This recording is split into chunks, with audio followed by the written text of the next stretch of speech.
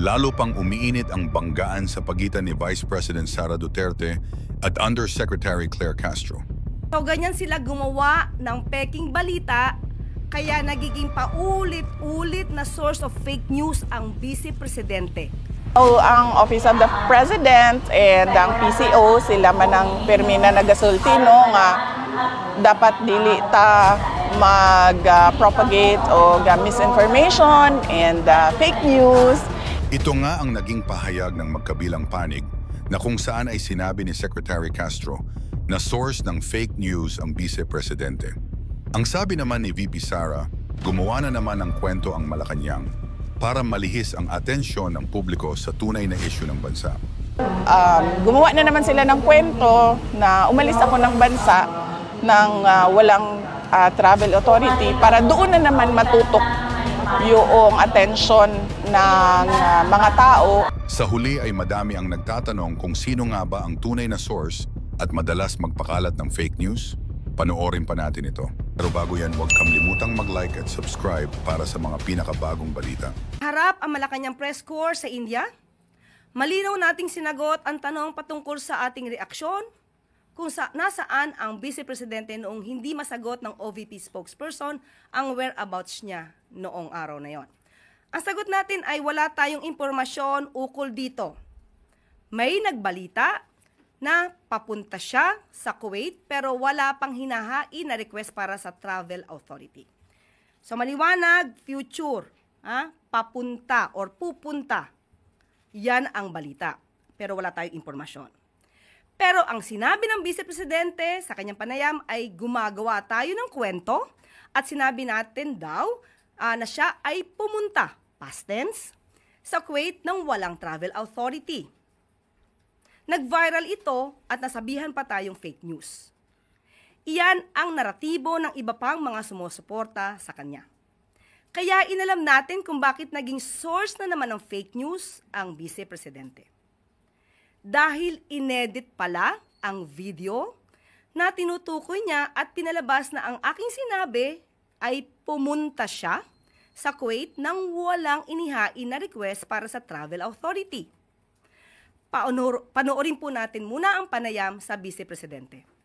So, I guess, isa na naman yon sa ginagawa ng Office of the President na yung ilihis ang usapan sa kung ano ang totoong nangyayari sa ating bayan. So kahapon, nakita natin na unfavorable sa administration ang desisyon ng Senate of the Philippines. So gumawa na naman sila ng kwento na umalis ako ng bansa ng walang travel authority para doon na naman matutok yung atensyon ng mga tao and matuloy na naman yung lagi nilang paninira sa akin. Ang sinasabi ko nga, ang tawag dyan is political scapegoating. So maliwanag na sinabi ng Vice Presidente na sinabi ko na umalis siya. So past tense, umalis siya papuntang Kuwait ng walang travel authority. Panoorin po natin ang totoong sinabi ko sa briefing. Sa ngayon ay wala po tayong informasyon. Tinawagan po natin ang Office of the Executive Secretary sa ating pagkakaalam at sa ating ibinigay. Ang pinakahuling travel authority na inaibigay sa kanya ay simula July 5 hanggang July 28 kung saan po siya nag-travel papuntang The Hague, Netherlands at South Korea. Meron po tayong nabalitaan at ito'y naitanong sa atin na meron daw na balak ang Vice Presidente na pumunta sa Kuwait, no? Sa Kuwait ng August 8. Pero as we speak, wala pa pong naihahain na request for travel authority ang Vice Presidente sa sinasabing pagbabiyahe. Pero ito ang lumabas na edited video na pinapakalat nila laban sa aking sinabi. Panoorin po natin. Sabi niya na gumagawa ang kwento, no? Ang Office of the President, PCO, ay gumagawa ng kwento na sinabi daw natin na siya ay nagbiyahe sa Kuwait. Ang Vice Presidente na pumunta sa Kuwait, no? Sa Kuwait ng August 8. Pero as we speak, wala pa pong naihahain na request for travel authority ang Vice Presidente. Nagbintang kasi siya ng negatibo Okay na, cut na. sa Office of the President at sasabing gumagawa kami ng kwento. Okay? So in other words, yung sinabi natin na wala tayong informasyon at may napabalita na siya ay pumunta or pupunta sa Kuwait, na-edit po yun. Maliwanag. So ganyan sila gumawa ng peking balita, kaya nagiging paulit-ulit na source of fake news ang Vice Presidente.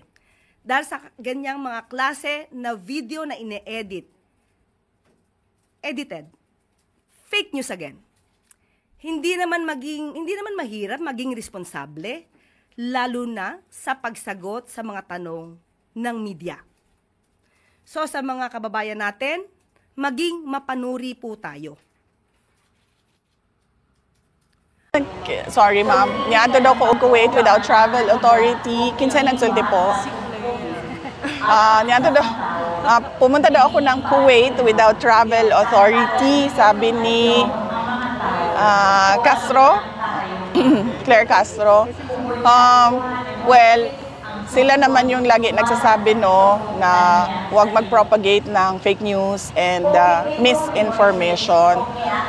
Although wala bigyo ko kadungog giunsa niya pagsulti ma'am, giunsa niya pagsulti. Basta yung nabayos na pumunta ka daw allegedly pumunta ka daw Kuwait without travel authority. Okay, so alleged lang ni siya ma'am no, wala tay video recording, statement at all. Lumabas mo na po. Nagikan yun sa iyaha. And then isulti siya nga iyaha to. Okay, sige. Gusto lang ako klaruhon, ma'am, kaya wala maguna ako nakita. So, yes. So, ang Office of the President and ang PCO, sila man ang permi na nagasulti, no, nga dapat dili ta mag-propagate o misinformation and fake news. And there's no truth at all nga niadto ko og Kuwait without a travel authority.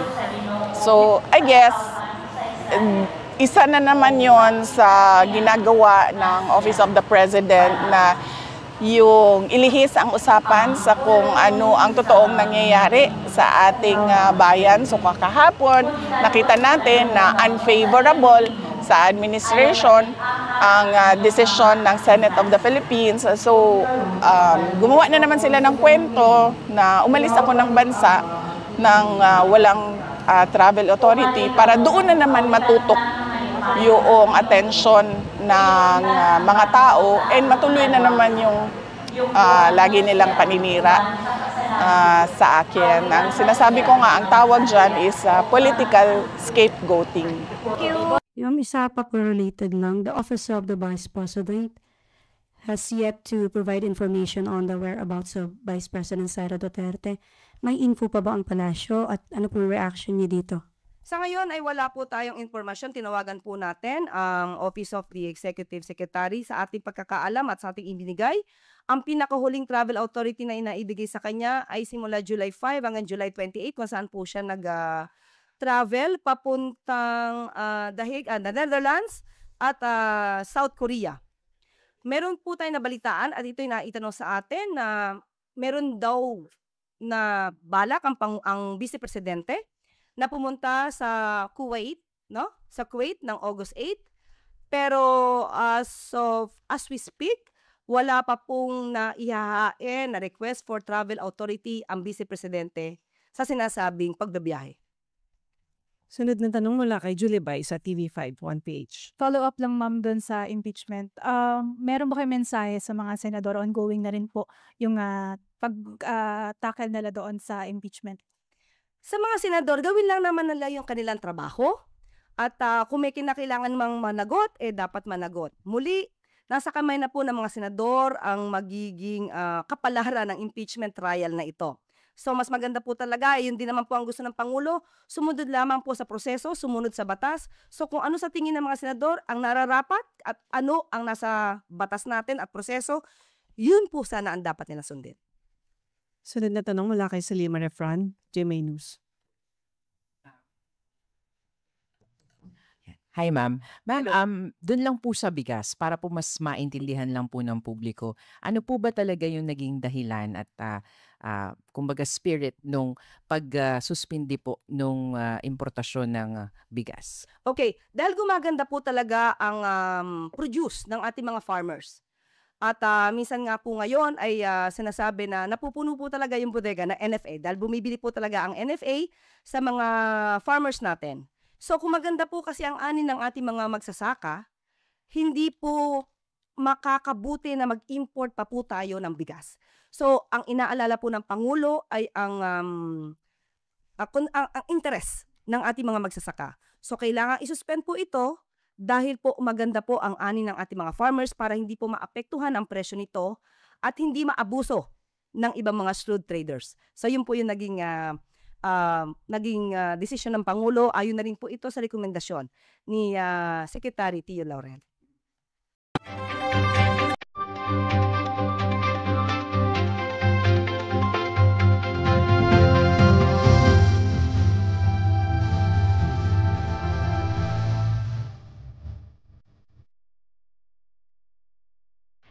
Ladies and gentlemen, the Palace Press Officer under Secretary Claire Castro.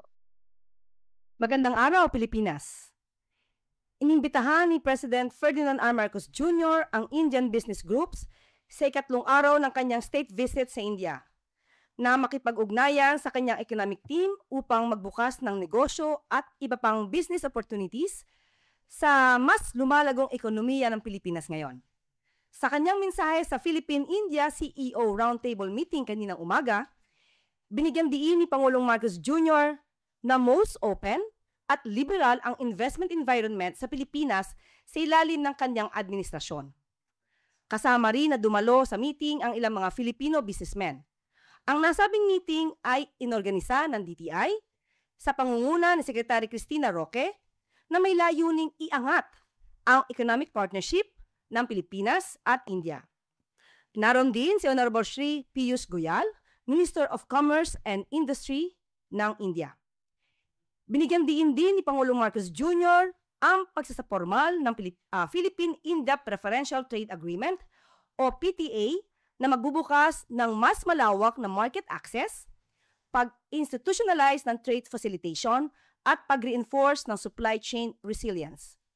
Hinikayat din ng Pangulo ang business-to-business collaboration sa ICT sectors, digital technology, semiconductors, renewable energy, infrastructure, healthcare, at pharmaceuticals. Ang mga sektor na ito ay align sa development priorities at global opportunities ng Pilipinas. Binigyan din naman ni Pangulong Marcos Jr. ang iba't ibang legislative measures upang mas mapaluwag at mapadali ang pagbubukas ng negosyo sa Pilipinas ng foreign investors kabilang na ang Indian business groups. Kabilang sa mga efforts na ito ay ang pag-issue ng Executive Order No. 18 na nag-uutos na sa pagkakaroon ng green lanes for strategic investments upang masiguro ang mabilis at streamlined processing ng investments sa Pilipinas. Pinasa rin ng Marcos Administration ang Public-Private Partnership or PPP Code of the Philippines na siyang nag-consolidate at nag-modernize ng PPP framework sa bansa. Ang amendments sa Renewable Energy Act na naglalayong hikayatin ang mas maraming investors na mamuhunan sa clean energy sa bansa.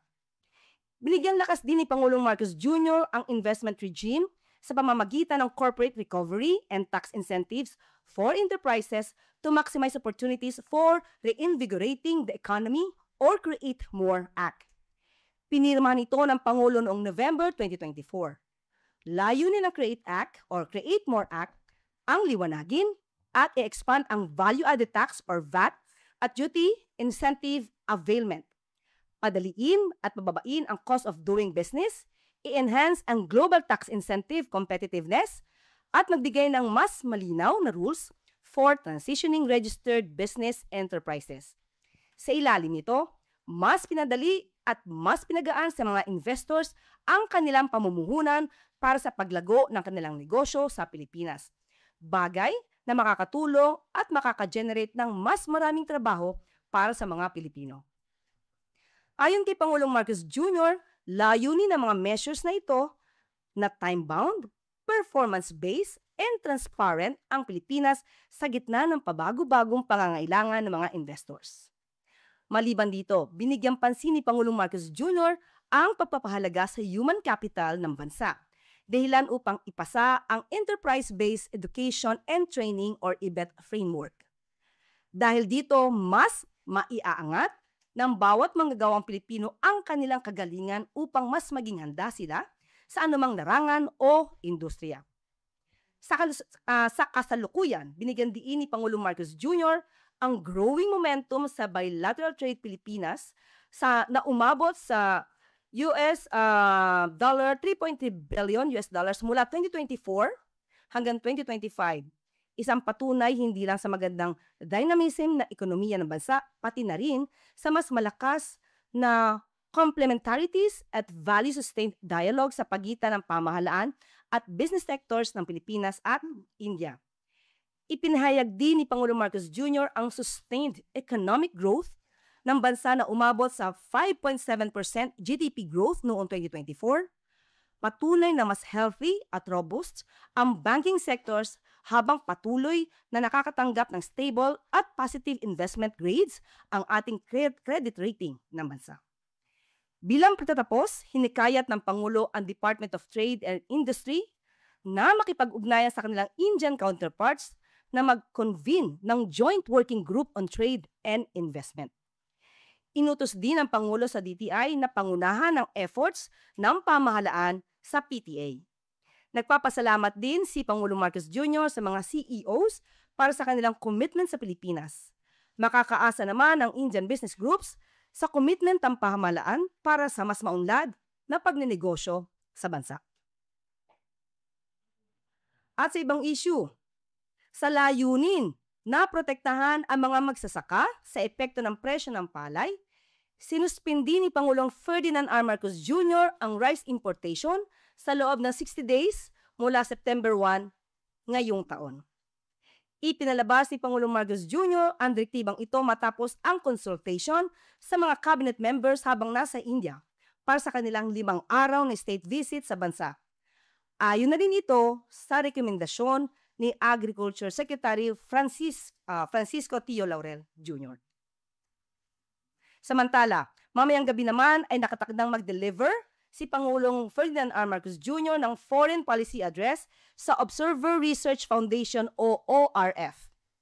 Kagabi sa kanyang speech sa dinner banquet, sinasabi ng Pangulo na palagi niyang pahalagahan ang kanilang pagbisita sa India kagaya ng kung paano pinahalagahan ng kanyang ama ang pagbisita dito. Umaasa naman si Pangulong Marcos Jr. na maiuwi sa Pilipinas ang kanyang naging produktibong meeting sa mga leader ng India at maisakatuparan ang naging mga kasunduan ng Pilipinas at ng India na siyang magiging patunay na mas malawak na ugnayan ng dalawang bansa. Umaasa rin ang Pangulo sa patuloy na paglalim ng ugnayan ng Pilipinas at ng India para sa ikabubuti ng mga Pilipino at Indian nationals. At handa na po tayong tumugon sa inyong mga katanungan. Unang tanong mula kay Eden Santos, Net25. Yes, good afternoon po, Yusek. Meron po nga ibinunyag o in-expose si Senator Panfilo Lacson na more than 67 na congressmen daw po yung merong kontrata sa mga proyekto po, infra projects sa gobyerno. Ano po ang take or reaction po ng Malacanang dito? Yan po ay welcome dahil yan po rin ang hinihikayat ng ating Pangulo kung sino man ang nakakaalam ng mga may ugnayan patungkol sa mga proyekto na masasabing hindi natin sabing may anomalya agad dito dahil hindi magkakaroon ng judgment kaagad-agad. Kung mayroon silang naiisip na maaaring magkaroon ng anomalya or nagkakaroon ng anomalya, welcome po lahat yan. Kung ito po ay maibubunyag ni Senator Lacson at siya may mga pruweba po, welcome po yan sa Pangulo at sa administrasyon. Quick follow-up lang po. Meron po bang plano ang gobyerno, ang administrasyon na magkausap po ang Pangulo para naman malaman kung meron mga hawak na pangalan si Senator Lacson na maaari pong involved dito sa mga sinasabing maanomalyang kontrata ng Pangulo na sinabi rin po niya sa kanyang SONA? Opo, baka nga po yung nasa listahan ni Senator Lacson ay maaaring nasa listahan na rin ng Pangulo kung meron na po ngayon. So abangan po natin kung ano man po ang magiging anunsyo ng Pangulo patungkol po dyan. Pangalawang tanong mula kay Kath Valente, Manila Times. Good afternoon, ma'am. The Senate is set to vote today on the Supreme Court's decision to halt per impeachment of Vice President Sara. Ano po yung latest na position ng Pangulo following the High Court's decision?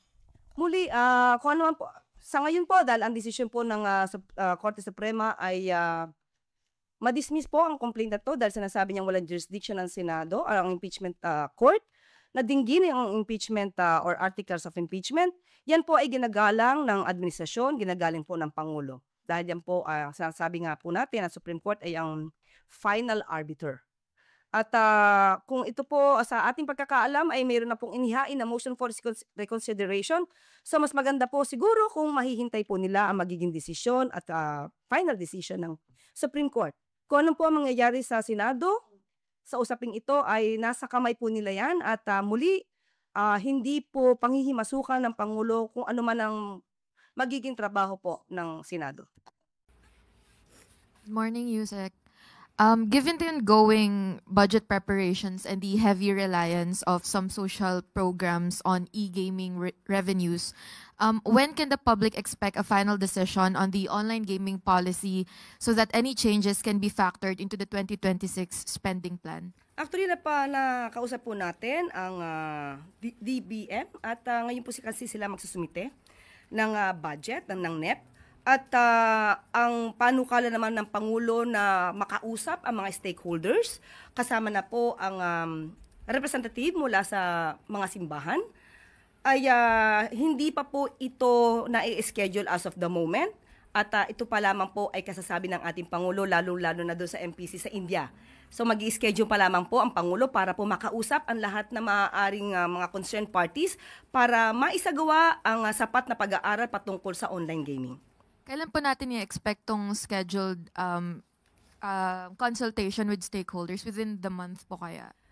Maaasahan natin yan, pero tignan po natin ang schedule ng Pangulo dahil marami pa po siyang sa ngayon na schedule na ginagawa. Pero sa madaling panahon ay gagawin po yan ng Pangulo. And last question na lang, Yusek. Si President said na a total ban would be bad. So is he totally close na sa idea na wala ng total ban, talagang regulation na lang? Maliwanag ang sinabi ng Pangulo dyan. Sa kanyang opinyon, dapat aralin at hindi dapat padalos-dalos ng kilos dahil kailangan madinig natin lahat ang mga stakeholders at mga concerned parties patungkol dito. At ang sabi nga niya, hindi naman yung paglalaro o yung sugal mismo or online gaming ang nagiging problema, kung hindi yung pagiging addicted to gambling. At yun dapat ang umpisahan na masolusyonan. Pero ang sabi nga ng Pangulo, yun lamang ay kanyang opinyon at hindi pa po ito napapasama yung mga dapat niya madinig. At kung sasabihin naman po sa nasabing pagbi-meeting or conference with other stakeholders na dapat na iban, yun naman po ay gagawin ng Pangulo. Thank you, Yusek. Please be reminded of our one question, one policy guideline. Next question, Tristan Nodalo, Newswatch PH. Hi, Yusek. Good morning. Sir, Yusek, nakarating na po kay Pangulong Marcos yung panibagong insidente sa West Philippine Sea, sa Bajo de Masinloc. Actually, dalawa po siya na nangyari kahapon. Yung una, nagbanggaan yung dalawang Chinese vessels habang hinahabol yung Philippine Coast Guard vessel. And sa kabilang banda naman po, binomba rin po ng Chinese Coast Guard yung BFAR vessels naman. So, ano po ang ano ang masasabi ng Malacanang dito sa nangyaring insidente po ulit? Unang-una po, mapapakita natin kung gaano ba ka-strong leader ang ating Pangulo pagdating po sa ganyang issue. Unang-una po sa nagbanggaan ng dalawang Chinese vessels, makikita niyo po kung paano ba mamuno ang ating Pangulo. Dahil kahit na tayo yung hinahabol ng Chinese vessels, ang Philippine Coast Guard, pero ninais pa din nilang tumulong at magbigay ng ayuda or medical assistance kung kinakailangan ng mga nakasakay sa Chinese vessels na nagbanggaan. So diyan natin makikita na kahit na pakiramdam natin ay tayo yung nahaharas, pero makakatulong pa rin ang mga Pilipino sa oras ng kagipitan.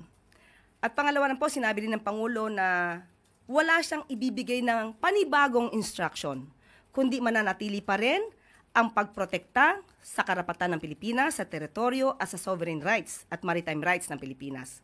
At mananatili po tayo doon kung ano po yung dating ginagawa, patuloy pa rin pong gagawin ng Philippine Coast Guard sa pagtulong sa mga mangingisda at pagprotekta sa ating maritime rights. At sinabi rin po niya na sa lahat ng laban, hindi naman tayo aatras dahil ang mga Pilipino ay matatapang.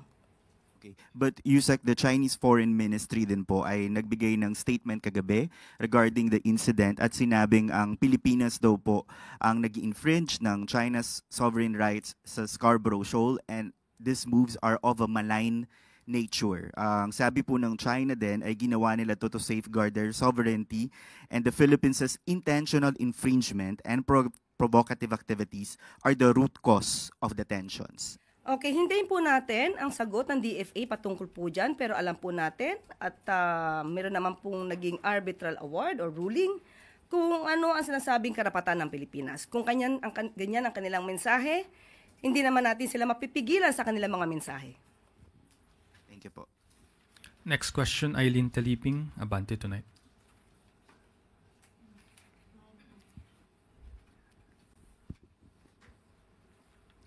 Good morning, Yusek. Good morning. Yes, mag-ano lang kami, update lang doon sa Prime Water kung ano na yung naging action ni Presidente doon sa recommendation ng LUWA sa kanilang investigation. Opo, sa ngayon po, kahapon lamang po ay humingi rin po tayo ng update at hahayaan na lamang po natin ang Pangulo ang magsita patungkol po dito. Pero soon. Hintayin niyo po, malapit na rin po yan. May pakiusap lang yung mga taga Bulacan, especially yung subdivision na sobrang affected. Kung pwedeng madaliin na lang daw kasi hirap sila hanggang ngayon, poor service pa rin. Yan po ang ginagawa. Kaya makaasa po ang mga taga Bulacan. Thank you, ma'am. Next question, Ann Soberano, Bombo Radyo. Yusek, good morning. Kahapon, Yusek, sa privilege speech ni Deputy Speaker Antipolo Representative Ronaldo Puno, kanyang isinusulong ito sa Kamara ang panukalang Constitutional Convention na layong linawin ang ilang nakakalitong provision sa ating 1987 Constitution. Particular na tinumbok o inihalimbawa ni Representative Puno yung salitang forthwith na nasa Article 11, Section 3 and 4 sa impeachment dahil nagresulta ito ng kontrobersiya between sa dalawang kapulungan ng Kongreso. Ano po yung reaction ng Malacanang dito? Actually po, sa mga ganyan ay malalaman din naman po natin kung ano po ang isinaad noon ng mga framers of the Constitution, noong 1987 Constitution. May mga pagkakataon lamang po siguro, kahit maliwanag ang ibang mga definition or mga terms, ay minsan napapalabo para merong mapaboran. At sa ngayon po ay hindi pa po masasabi ng Palasyo at ng Pangulo kung ano magiging reaksyon dahil hindi pa naman po nakikita ang detalye na gagawin patungkol po dito. So kung ito naman po ay ikagaganda at ikaliliwanag para hindi na mabutasan ang anumang mga provision dito sa Constitution, hindi naman po ito tututulan ng Pangulo. Salamat, Yusek. Next question, Kathy Valente, The Manila Times. Hello, Yusek. Good morning po. Yusek, hingin lang po namin yung reaction niyo doon sa naging statement ni Vice President Sara Duterte. Ang sabi niya po, sa totoo lang, hindi naman po ako nagtatravel dahil gusto kong mag-travel. Nagtatravel ako, lumalabas ako ng bansa dahil frustrated ang Filipino communities abroad sa nangyayari dito sa ating bayan. So ano po ang statement ng Palasyo dito? Thank you. Well, una siguro nga po, mapa-frustrate yung mga kababayan natin abroad. Dahil ang Pangulo po ay nasa Pilipinas, nagtatrabaho, inaayos yung mga problema at lumalaban sa mga anomalya at korupsyon. Samantalang ang Vice Presidente ay madalas na nasa personal trip at hindi po sagot ang pagbabiyahe para masolusyonan kung may problema man ang bansa. Hindi po trabaho ng Vice Presidente at wala po sa konstitusyon na kailangan siya magbiyahe para siraan ng Pangulo at para hilingin sa taong bayan ang pagbagsak at pagtanggal sa pwesto ng Pangulo. Unang-una, dahil pag pinatanggal po ang Pangulo sa kanyang pwesto, ang makikinabang po dyan ay ang Vice Presidente. Hindi po iyon trabaho ng presidente. Maliwanag naman po siguro yan sa ating konstitusyon. At siguro dapat mas maging maliwanag lamang na ang personal trip ay pang-personal agenda.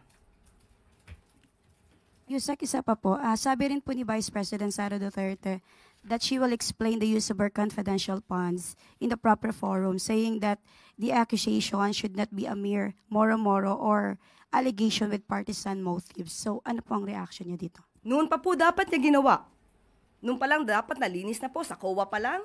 Nung karoon ng AOM, bago pa nagkaroon ng notice of disallowance, dapat ay naipaliwanag na ng maayos.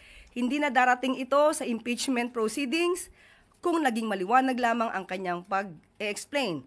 Lalo na ng kanyang mga tauhan na mula yata sa accountant hanggang kay Atty. Zuleika Lopez ay walang alam kung paano nagastos ang confidential funds niya.